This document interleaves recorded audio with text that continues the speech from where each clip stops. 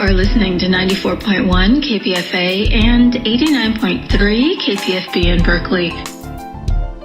When I was in the 6th grade here in Berkeley at Franklin Elementary School, I had a fascination of looking at the documentary films that they would show as part of the curriculum in elementary school. And one series, Eye on the Prize, it just fascinated me. I mean, the early version of the old civil rights films that they would show us in school. And I became interested in making documentaries so that I could tell stories that I would verbally tell people, but through the film, documentary film. Yeah.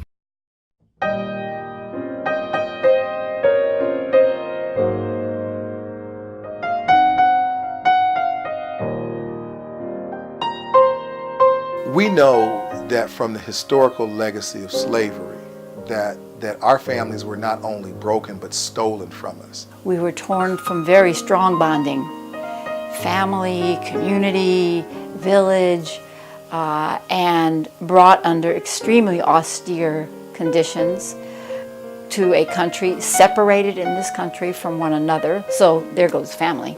The behavior that we were taught was out of necessity of the slave owner. And so we were thought to be, have tremendous sexual prowess, and the women were thought to be promiscuous. Over the time of slavery, there were about 1.5 million babies born into slavery. Then in 1808, a law was passed to say that no longer could they import slaves. So all of the slaves from that point on were born in this country. When they had us enslaved, they would take a look at their economic status. And when the land turned sour, they would breed us. At one time, black men were just used to father children, and they would go from plantation to plantation just to father children. They would get the biggest one of us, they'd feed us, they would get women, and they'd put us in a place with women, you know, and big stud men, and they would actually stud us. And so, you know, people talk about, you know, us being bred and the strongest of being bred. We are. During the slavery times, a black woman had relationships, sexual relationships, because she was either being bred to have a strong child, she was abused, a victim of a sexual abuse. She may have had a relationship thought in her mind, but that could be circumvented at any time. And some of the earliest cases of molestation of children are documented out of the slave experience. The slave owner was allowed to molest children, and the earliest documented case was of an 8-year-old girl, slave, that was molested by her slave owner.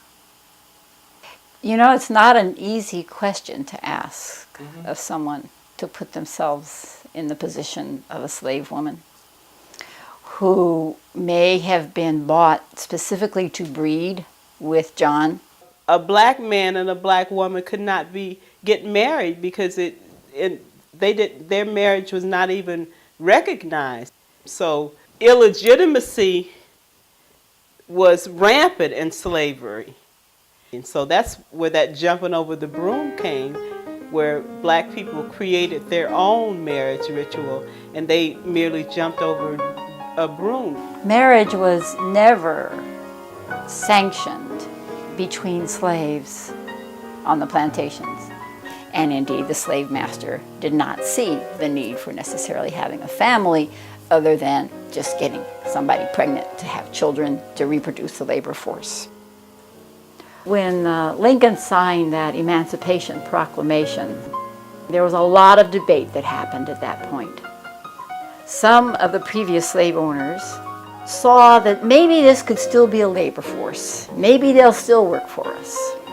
However, there was a grouping of slave owners who said, get rid of them, send them back to Africa. After slavery, There was a real significant shift in terms of building our own families. We saw that we were moving somewhere, we were moving forward. But the largest grouping, I think, was those who said, let's just make it so that they cannot reproduce. As we talk about the role of some of these historical organizations who were really put together for the purpose of the sterilization and stopping reproduction of African American peoples in this nation, the reality is that we have to put it in historical context. They set out to sterilize us.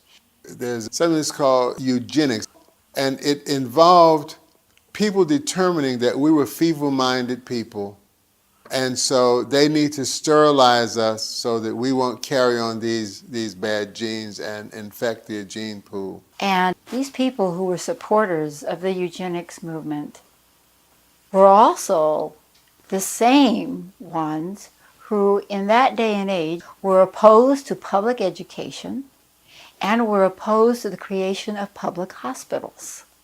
And that was a hard period in our lives because many of the women didn't know why they couldn't have children. And they couldn't have them because the state deemed them a risk because they put mental health tags on them, a risk because they wanted to control the birth rate in our community. And people think this is far-fetched. The discrimination grew with the eugenics. So, blacks were not deemed desirable.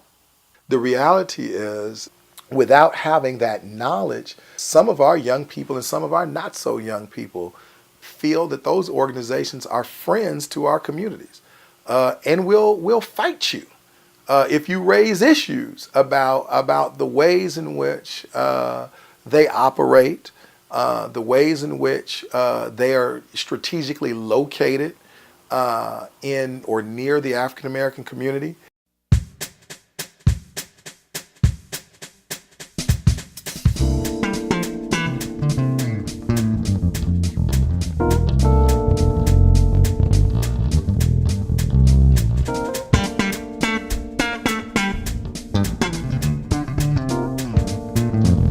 The city of Oakland, California has an amazing sports legacy, one of the most amazing in the United States. And McClymonds has always been at the heart of that great legacy, going back to a coach named Doc Hess at McClymonds in the 1920s. And he produced some championship teams there. And from the 20s all the way on, McClymonds has been producing a lot of really notable athletes. And McClymonds, previously was an all-white high school, and then during the Great Migration during World War II, when blacks came from the South in significant numbers to the West Coast, Oakland and Richmond were one of the main locations for the war industry jobs in the shipyards and the railroads, and they were all jammed into West Oakland because it was the only place where blacks were allowed to live then. And that's where McClymonds High School is located. The kinds of unwritten and written exclusions and other vestiges that would be similar to segregation existed in Oakland. And I recall that Bill Russell said one time that Oakland compared to Jim Crow, Louisiana, was a paradise. But there still was a lot of racism in Oakland, and it was still a pretty eclectic area, but blacks more and more, as they came for the jobs, really turned West Oakland into a mainly kind of a small Harlem of the West. So when blacks moved into West Oakland, it became this amazing, thriving commercial center, and the Oakland Blues, for example, was created there along 7th Street, where there were jazz clubs and blues clubs, and it was an amazing area. As you have a living situation where people are pretty well constrained to one part of the city, So you had to have something of stability to help these youngsters. And McClymonds High School was right in the heart of that West Oakland area. And even though McClymonds had a really significant sports history going back to the early 1900s, when the blacks really became the dominant culture in West Oakland, that's when the McClymonds legacy really took off. When I think of McClymonds High School back in those years and their amazing athletic legacy, I think of Coach George Poles. Now, all these black athletes came to Oakland from the South and they ended up at McClymonds High School. And he started creating an amazing athletic heritage at McClymonds in baseball and in basketball. So imagine one high school in West Oakland, one season, 1951-52, that produced 3 teammates that would change the landscape of sports in America. When I first met Bill Russell, he was in high school at McClymonds, and he was a guy who was a gift of gab that talked a lot. He was a tall, gangly, awkward kid who, at an early point in his high school career, he could not make a sports team. He wasn't good enough. He was a mascot for the football team at McClymonds. Bill Russell probably became one of the greatest superstars who came from such humble beginnings in American sports history. A teammate of Bill Russell's on that McClymonds 51-52 team was Frank Robinson. And of course, Frank Robinson became the first black manager in Major League history, and he was the first player to win the Most Valuable Player award in both the National and the American leagues. And so here you have 2 teammates from that McClymonds 1951-52 team that became the first blacks to coach and manage in their respective professional sports. Pretty amazing feat.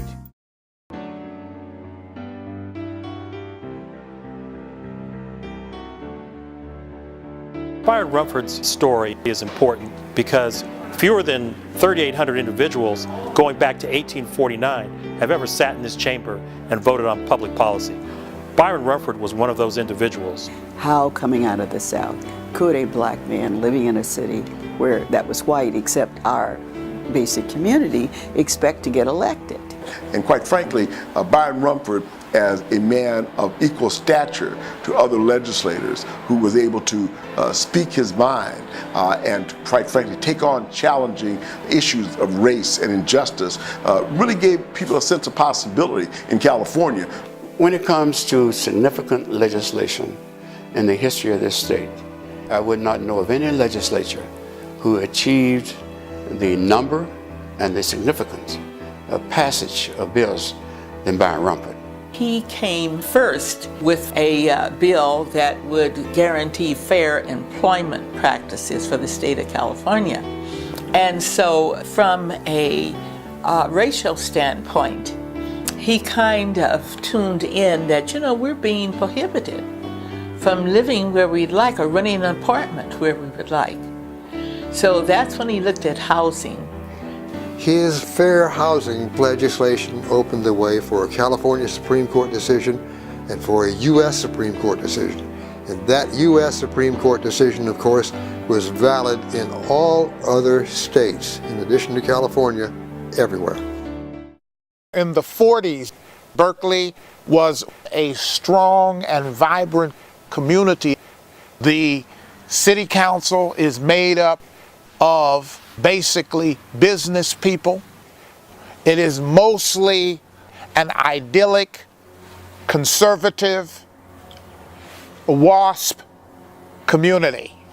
And at that point in time, there was a tremendous migration of people coming in from the South to work in the shipyards. The reason we as black people, any number of us, and why there was a black community that developed in South Berkeley was because the Japanese had been taken off and put in internment camps. If you wanted to own your own home, you were drawn to Berkeley, where there was plenty of housing because there had been a large Japanese community that had owned their homes. So this became a focal point that if you wanted to live outside of the projects where many of us had lived up to then, and you wanted to become a homeowner, you wanted to have a life that was measurably better than that one that you'd come from in the South, then this was the place to want to be. A lot of these people came, blacks and whites from the South, with little or no skills until they got to the shipyards, where they learned to weld these boats together. And of course, the struggle for jobs after the war was the big problem. The unions wouldn't let you in to get a union card. I'm talking about the plumbers, the electricians. It didn't matter how much money you had, how intelligent you were. If your skin was brown, opportunity was denied. Berkeley was a segregated community in every way you could imagine. All the black folks in Berkeley lived in South or West Berkeley.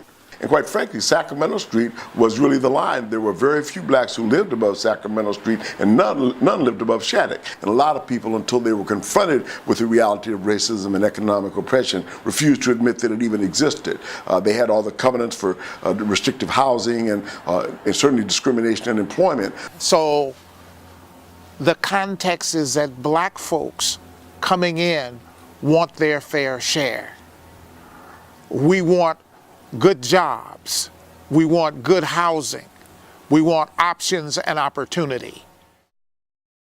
I don't think Dad really had any personal desires to run for public office, but the community meetings resulted in him being drafted to run for the Assembly District. And the 1948 general election, he was elected. There were discrepancies in the ballots, but that started his political career in the 17th Assembly District. And I think a lot of people are very proud that there was black elected leadership in California and representing Berkeley and West Oakland. In the late 40s, West Oakland had a very high concentration of blacks. Things were segregated then, and West Oakland at the time was at least 70% African American. And so Byron was the first political person of color to make a difference both in West Oakland and Berkeley. In 1963, fair housing was a real hot topic. And there was great discrimination in California, and that's where Byron Rumford came in, because he was one of the early pushers for the fair housing legislation that he introduced in 1963. Governor Pat Brown and Byron Rumford, they had a common thread that they were both committed to, and that was equal rights and ensure that all Californians had access to equal housing. And Governor Brown, at some of his news conferences, he made it clear during the process that if it survived the legislature, he'd sign it. And the well-known Rumford Fair Housing Act became quite a battleground, which really impacted the entire state of California.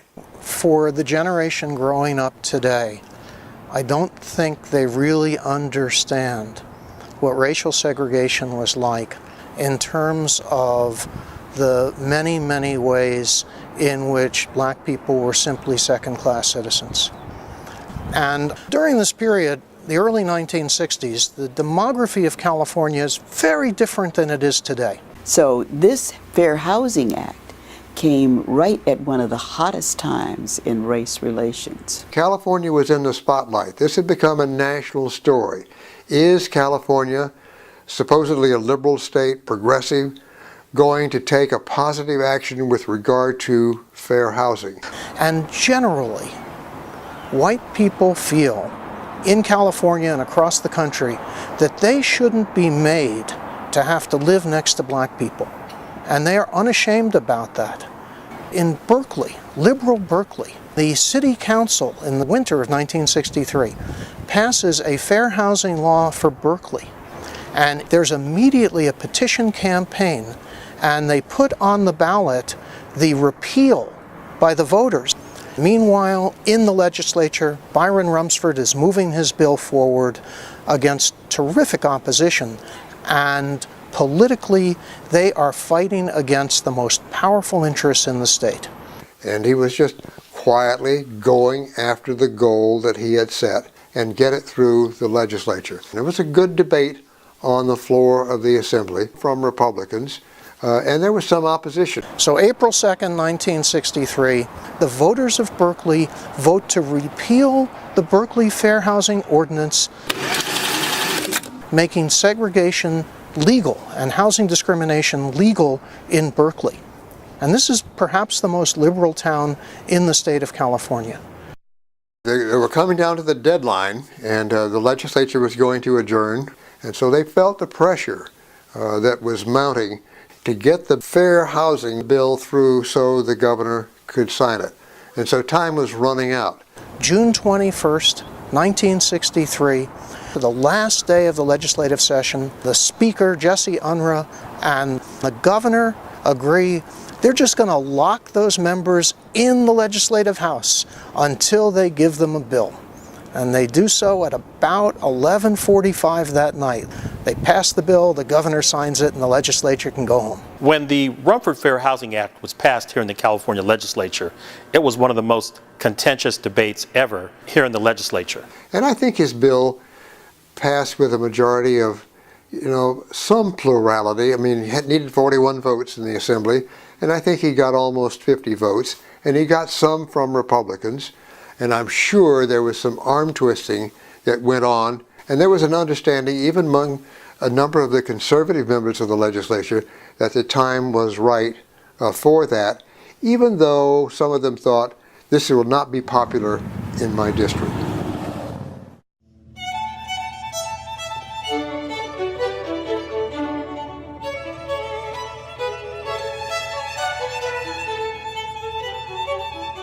Emmett Ashford was a man of great culture.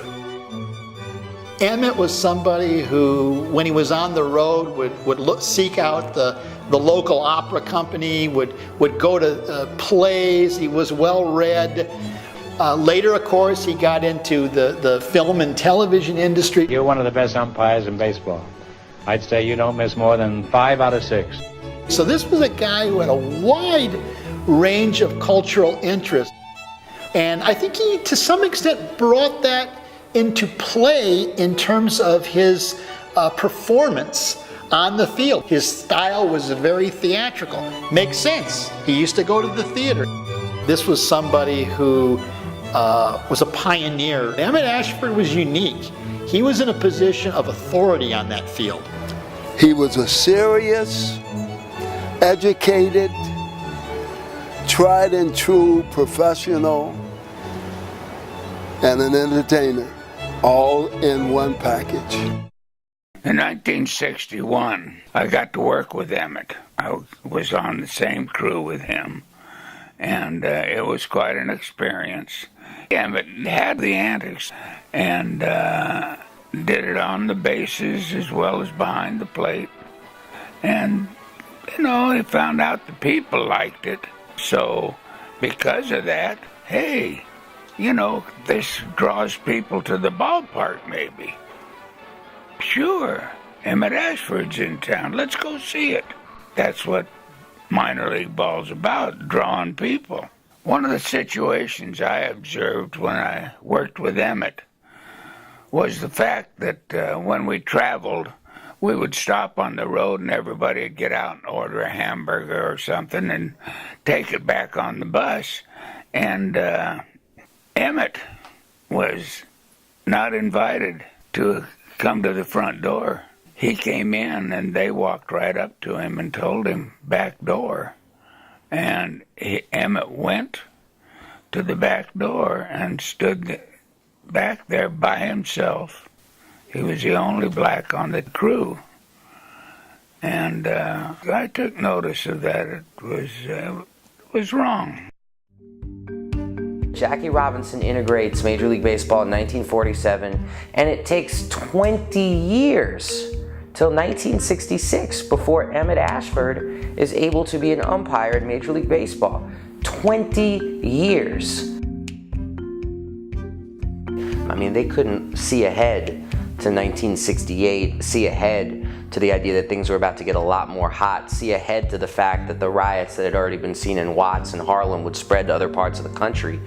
This evening, Los Angeles remains hot, quiet, tense, and dangerous, and 28 people are dead. Those were the ugly early hours of this morning as control. This was 1966. This was just a few years after the March on Washington, a couple years after the signing of the Civil Rights Act. I mean, this was really something pretty impressive to see.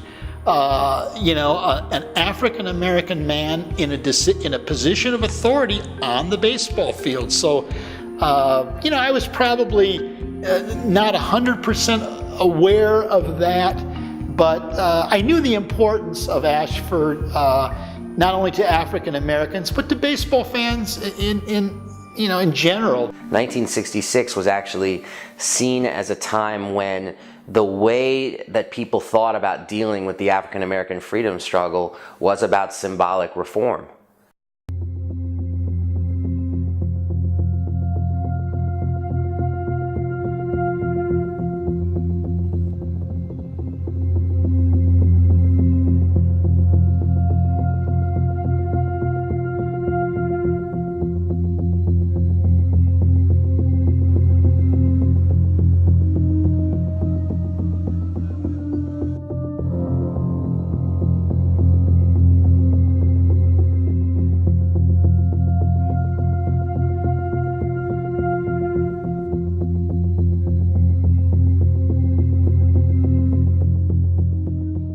(1968) is as clear in my mind as we're here today.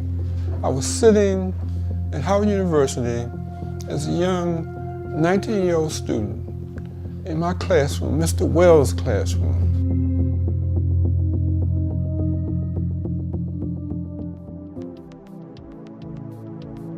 And through the black grapevine, all of a sudden this message came out. It was on the it was on the radio.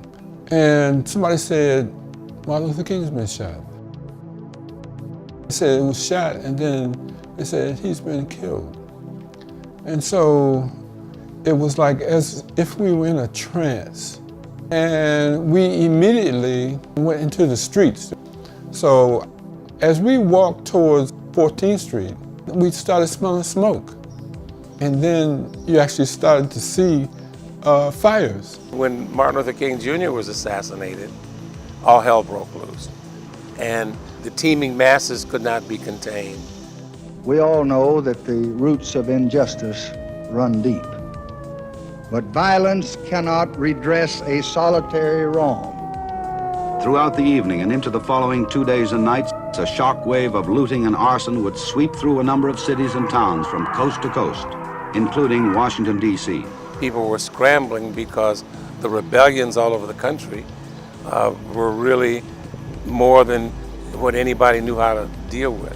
You had these rebellions, which were mistakenly called race riots. They were rebellions by black people, mostly fed up with police brutality and other kinds of injustices. And so this spread all over the country, people trying to do things to calm the restive spirit that was bubbling all over black America. Some of us saw the destruction of white supremacy being burned up. That's the way some of us looked at it. The dream of Dr. Martin Luther King Jr. has not died with him. Men who are white, men who are black, must and will now join together as never in the past. The kind of bourgeois in-betweens were angry and frustrated and bitter themselves, and DC had to do something. When Martin Luther King was assassinated in 1968, that started to change in the dynamics of the District of Columbia. I mean, folks started looking for black PhDs everywhere, and really in all fields that blacks had been sort of locked out, that were academically oriented. Before '68, all the people that ran the district, they was appointed by the president. So at that time, Lyndon Johnson appointed a guy named Walter Washington, the mayor of the city. But when they had the riots, they couldn't go out and talk to the people at all. So they went out and got these DJs on the black radio station, Petey Green, different other people. And then they went and got people like James Brown to talk to them to stop burning the city. And in 1968, the white flight was just enormous. White people felt that they had no place left in the city and left. What D.C. was known as was the Chocolate City. D.C. was like a majority black town. It was a city right after the riots that had poverty that should not have existed. And so all of a sudden, D.C. required special attention. President Johnson hired Dr. Cleveland Denard to come to Washington to get all these black architects and engineers involved in the planning of Washington Tech. And soon as Congress authorized it, they started building the next day. The Washington Technical Institute was created in 1968, and its main objective was employment. It was put into place to address the specific demands and needs of education of the young people here in the district.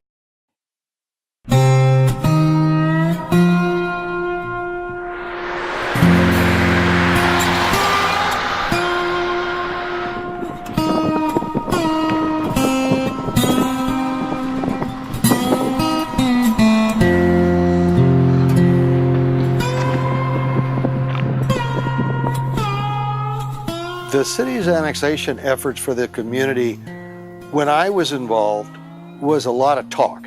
It never really was a serious effort by the city because they knew it was going to be expensive to the city. It would probably cost them more than they would earn in property taxes. But periodically, the city of Richmond would make efforts or talk about annexing North Richmond to the city of Richmond, so that the city could get the taxes and resources from that community. So we basically view that as a ripoff. A lot of the people out here were saying, well, what's in it for us? And the city couldn't answer that question because they weren't looking at flood control, they weren't looking at the bypass, they weren't looking at redevelopment, they weren't looking at improving the housing authority property, housing improvement, clinics.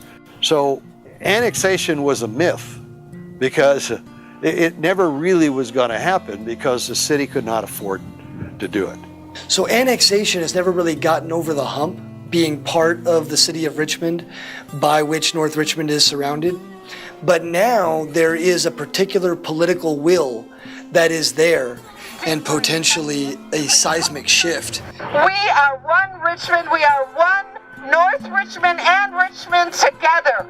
Well, you know, the dialogue about annexing North Richmond to the city of Richmond has been something that's been talked about over many years, off and on, and it's emerging again as a possibility that this can actually happen. You have a developing political coalition led by the mayor of the city of Richmond, along with most of the council and with the county supervisor, who are all in general agreement that it would likely be better in terms of efficiency of delivery of services and ultimately an improvement in quality of life in North Richmond if the community was annexed. The city of Richmond's interests in considering the annexation of North Richmond is interesting because on one side of the fence you have folks saying, well, I won't have to go to Martinez to get my services.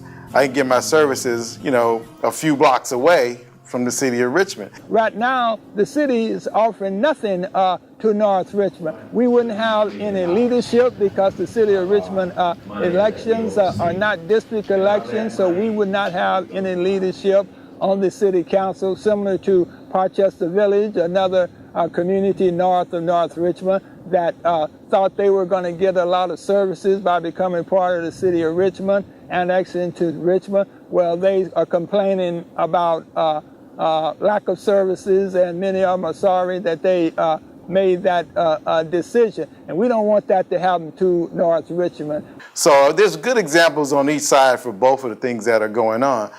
I just think you have to weigh it and have the right people in position to put the policies together to make it a viable option to do it, and then consider it, vote on it. North Richmond really presents one of the best opportunities in the Bay Area for a good amount of high-quality infill housing. Where we are in the Bay Area today, we're trying to find a way to build more infill housing, more housing that's closer into jobs. And there's not a lot of places left where you can really do a lot of large-scale infill, and North Richmond is one of those. North Richmond is prime property.